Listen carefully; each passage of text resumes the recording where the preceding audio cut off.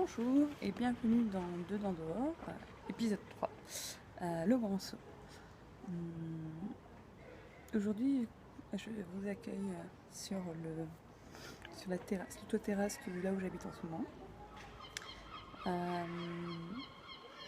Pour du coup vous parler d'un grand saut. Il paraît que pour faire quelque chose qu'on n'a jamais eu, pour avoir quelque chose qu'on n'a jamais eu, il faut faire quelque chose, il faut être prêt à faire quelque chose qu'on n'a jamais fait. Je crois que c'est dans cette situation que je me trouve aujourd'hui. En tout cas, je commence à comprendre ce que je pourrais faire pour changer ma vie radicalement. J'ai toujours eu cette sensation d'avoir le cul entre deux chaises. Alors, pour différentes raisons. Le cul entre deux chaises, c'est exactement dedans dehors, c'est être ni à droite ni à gauche. Avoir un pied dans les deux mondes.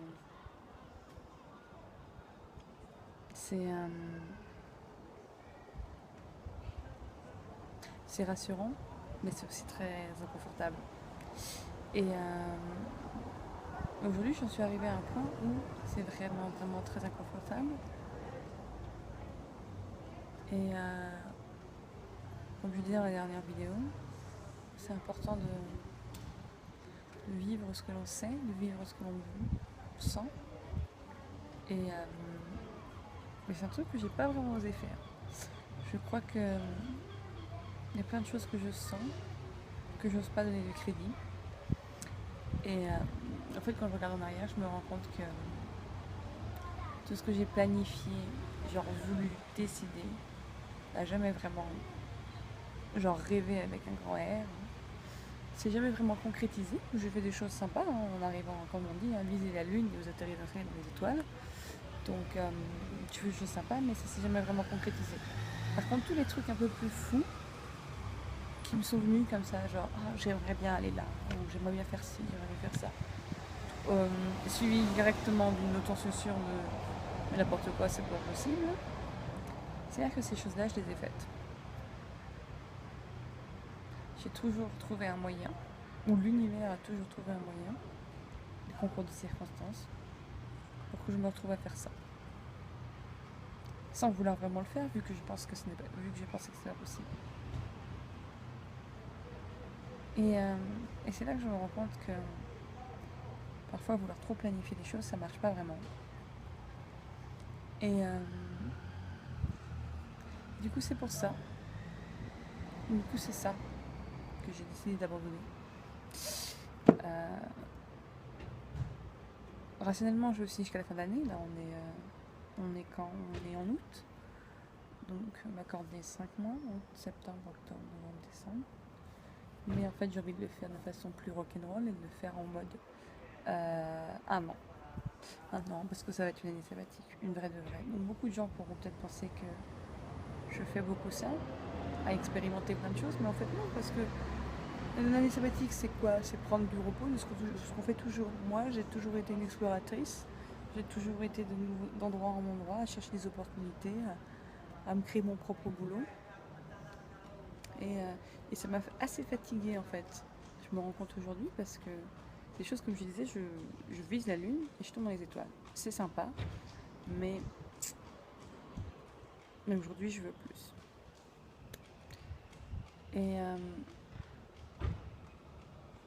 Et du coup voilà, j'ai donc décidé que ce que j'allais abandonner, c'était ma raison, mon processus de pensée, logique, que je connais, que je maîtrise actuellement.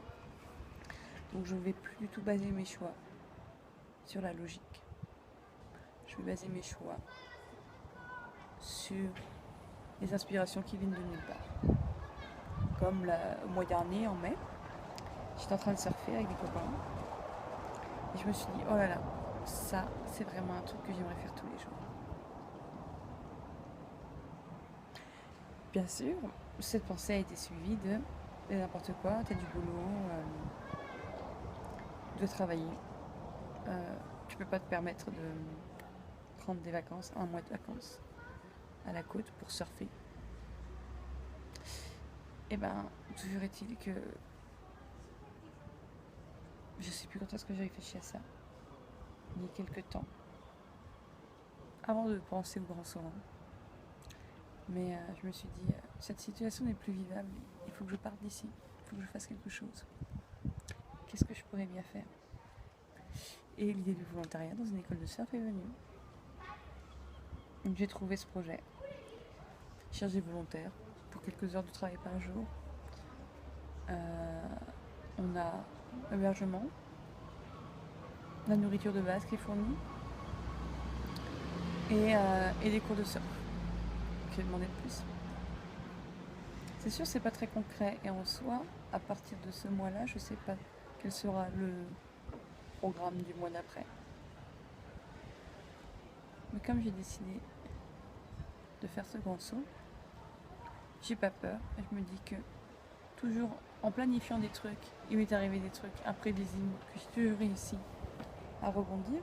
Il est temps de non planifier des choses et voir ce que le destin, les opportunités approchent. Et même s'il y a des coups, je sais que je pourrais rebondir. Donc du coup, je m'inquiète pas. Et du coup, je me dis au moins un an. Ça se trouve, ça sera toute ma vie. Ça se trouve, avant un an,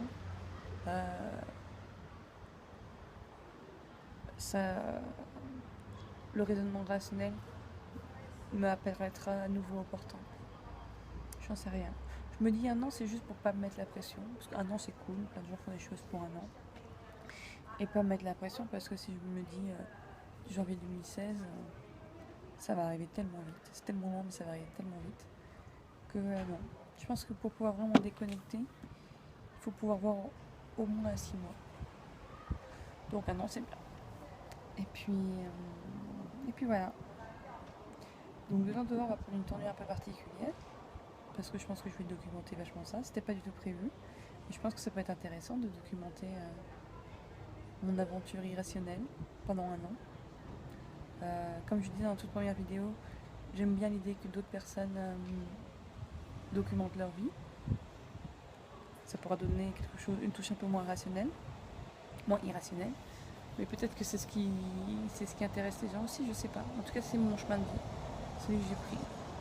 Donc ça sera l'occasion d'avoir vraiment un cas concret un peu flou de dedans dehors. Donc ça ne va pas dire que je me marginalise parce que ça, c'est toujours quelque chose auquel je ne suis pas prête. Ça ne veut pas dire que je ne le ferai pas, dans le sens où je ne sais pas du tout ce qui va se passer. Mais en tout cas, aujourd'hui, c'est pas quelque chose qui m'intéresse. Je veux dire, même si j'ai décidé de ne pas utiliser ma raison pour faire des plans rationnels, je sais que comme je disais, les choses trop marginales, les modes de vie trop marginaux ne me correspondent pas. Donc peut-être que j'irai flirter avec eux pour continuer à développer mon expérience, peut-être pas. Mais au jour d'aujourd'hui, je pense que c'est assez quand même terre à terre dans le sens où je coupe pas les ponts avec le monde de dedans. Je vais plutôt explorer une autre façon d'être dedans dehors. On a choisi de m'asseoir sur une chaise pour un moment, au lieu d'être le cul entre les chaises. Donc voilà, une petite vidéo sur ce sujet-là, le grand saut. Ça y est, on est en août, le 1er août, ou le 2e, je sais plus. Le 1er août 2015. Et pour un an, je vais faire quelque chose que je n'ai jamais fait. Vivre de façon irrationnelle. Et laisser la beauté de l'irrationnel m'emporter.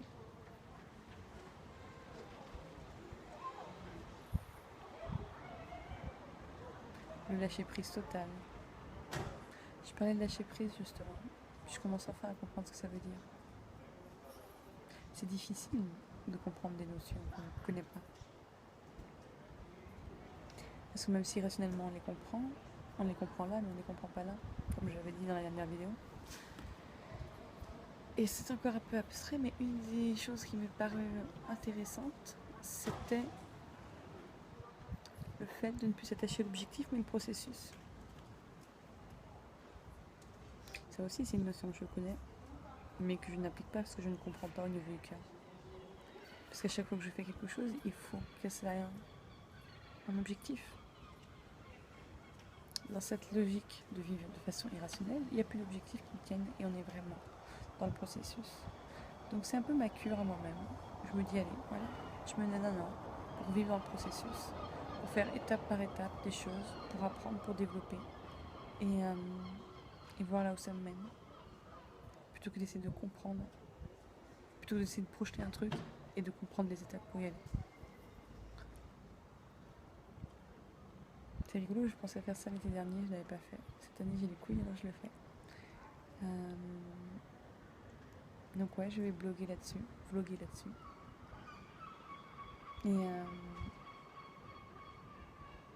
Et ouais, j'ai hâte, ça peut être rigolo. Les thèmes en question que j'ai décidé de commencer, qui viennent du cœur du coup. Le yoga, bon ça fait longtemps déjà que je fais du yoga, ou de la barre au sol, ou pilates. Mais là maintenant, un peu plus particulièrement dans le yoga. Et tout ce qui est étirement, voilà, j'ai découvert par hasard il y a un mois et demi que je savais presque faire le grand écart, je suis à ça. Ça c'est aussi un très bel exemple. La surprise de se rendre compte de ce qu'on est capable de faire un grand écart, chose que je n'aurais jamais imaginé être capable de faire. Juste parce que ça fait 2 ans que je fais des étirements, du yoga. Et un jour, un accident, en fait, en voulant me sortir d'une situation un peu inconfortable, je suis tombée et bam, j'ai découvert que je pouvais faire le grand écart en avant. Et ça c'est beau parce que on fait les choses parce qu'on aime, parce que ça fait du bien de s'étirer. Et un jour, on a un résultat assez improbable. Et donc voilà, je vais continuer à m'étirer, à faire du yoga, à renforcer mon corps dans sa force et dans sa flexibilité. Premier truc, le surf. Le surf, c'est peut-être que passager, je sais pas. J'ai des flashs en ce moment de forêt. Donc je pense que je vais pas rester longtemps à la côte. Mais je pense que ce passage à la côte est important. Donc ouais, je vais pouvoir surfer, ça va être cool aussi. Je pense pour se battre un peu avec la mer, parce que la mer, elle est vraiment... Je la prends souvent comme métaphore par rapport à la vie, mais c'est vraiment impressionnant. Donc la mer, la surf, yoga, surf, méditation, il faut vraiment que je me mette à la méditation. Ces derniers mois où j'étais un peu en chaos, j'arrivais plus à méditer. Et en fait, une amie m'a... comment on appelle ça, m'a judicieusement rappelé que... parce qu'en fait, je m'endormais pendant que je méditais. Que le fait de s'endormir, c'est une résistance du cerveau. Et je le savais parce que Vipassana, ils en parlent. Le fait de s'endormir, c'est une résistance du cerveau qui ne veut pas s'arrêter. Donc du coup, il dit, si tu veux que j'arrête de penser, je vais dormir. Et en fait, quand tu dors, tu rêves, donc tu n'arrêtes pas de penser. Donc voilà, donc me remettre à la méditation. Donc yoga, surf, méditation. Et dernière petite découverte que je trouve assez intéressant. Le twerk. J'ai décidé que j'allais me mettre au twerk. Alors pourquoi ? Parce que ce sont des mouvements qui viennent de mécanique ancestrale et que dans cette zone du pelvis, du ventre, on a l'intestin qui est notre deuxième cerveau. Il y a un très bon documentaire d'Arte là-dessus. On a, en tant que femme, on a notre utérus qui est aussi, selon une certaine sagesse, quelque chose de sacré. Et on a le psoas qui est censé être le muscle de l'âme. Et en gros, quand il est irrité, ça taquine notre anxiété et notre peur. Et c'est clair que je suis quelqu'un de très anxieuse, même si la majorité des gens qui me côtoient et me connaissent ne le voient pas. C'est quelque chose que je cache très bien, mais qui est omniprésent. Donc voilà, je me suis dit, peut-être c'est la suite d'une vidéo de Fanny Sosa, je me suis dit ça. Très bonne vidéo, donc très intéressante, dans le sens où c'est très très farfelu, à sa sauce, mais en même temps elle fait des ponts entre différentes réflexions qu'elle a eues, différents ponts, courants de pensée, et à mon avis c'est très très cohérent ce qu'elle dit. Et dans le sens où le twerk aide à se sentir mieux. Donc voilà, donc le but n'est pas de faire du twerk contre les portes et en faire des vidéos pour les mettre sur YouTube, désolée je vous épargne ça, mais juste pour moi, ou pour après mon compagnon, si la situation se présente, mais ou des amis, pourquoi pas, c'est pas très rigolo. J'ai découvert rien qu'en 2 jours d'expérimentation qu'on pouvait muscler des muscles auxquels on n'avait même pas connaissance qu'ils existaient. Contracter des muscles, ça c'est impressionnant, j'adore ça. C'est comme les gens qui savent bouger leurs oreilles, on se dit mais comment tu fais ça quand tu sais pas bouger tes oreilles, alors que celui qui sait bouger ses oreilles, il le sait. Et en fait en se concentrant on peut décortiquer le mouvement du sourire que bouger les oreilles jusqu'à isoler le mouvement, le muscle qui touche juste l'oreille. Je suis sûre que tout le monde peut faire ça. Il suffit juste de voir. C'est comme loucher. On peut loucher comme ça. Mais on peut se concentrer à sortir un œil puis un autre. C'est quelque chose que j'ai déjà fait aussi. Donc voilà, la connaissance du corps me fascine. Il m'a toujours fasciné. Donc je vais commencer par... L'alimentation aussi me fascine, mais je vais pas trop en rajouter, sinon ça va faire trop. Je vais juste travailler le physique par le yoga et le twerk. Et le mental par le surf et la méditation. Souhaitez-moi une bonne chance. Je sais pas quand est-ce que je fais la prochaine vidéo. Ça sera certainement pas une par semaine comme initialement prévu parce que j'ai décidé du coup d'arrêter de prévoir. Mais voilà, vous serez tenus au courant. J'ai l'impression que c'est comme si je faisais une vidéo pour dire que j'allais vivre dehors un peu. Peut-être. C'est mon dehors à moi en tout cas. C'est-à-dire que je serai quand même présente avec tout le monde. Mais je m'extirpe de ma prison de la pensée et de la rationalisation pour voir la beauté des rationnels. J'ai hâte de voir ce que ça va donner. Et déjà même ça je ne devrais pas parce que c'est objectif et pas processus. Donc c'est plutôt j'ai hâte de me remettre à ma prochaine session de twerk, ma prochaine session de yoga, qui va d'ailleurs avoir lieu dans la demi-heure qui suit quand j'ai fini cette vidéo. Je continue à travailler, ça fait très longtemps que je continue à travailler ça, j'adore ça. Voilà, je vous souhaite, n'hésitez pas à poser des questions. Cette vidéo, comme peut-être le suite des vidéos, du coup, prendre un côté plus vraiment vlog, raconter sa vie sur internet, et moins partage de savoir, mais il y aura peut-être un peu des deux. En tout cas, voilà, c'est l'aventure de Magnelli qui a laissé son cerveau ici à Porto, qui va s'aventurer à aller surfer à Elisa l'an prochain, et après on verra bien. À bientôt!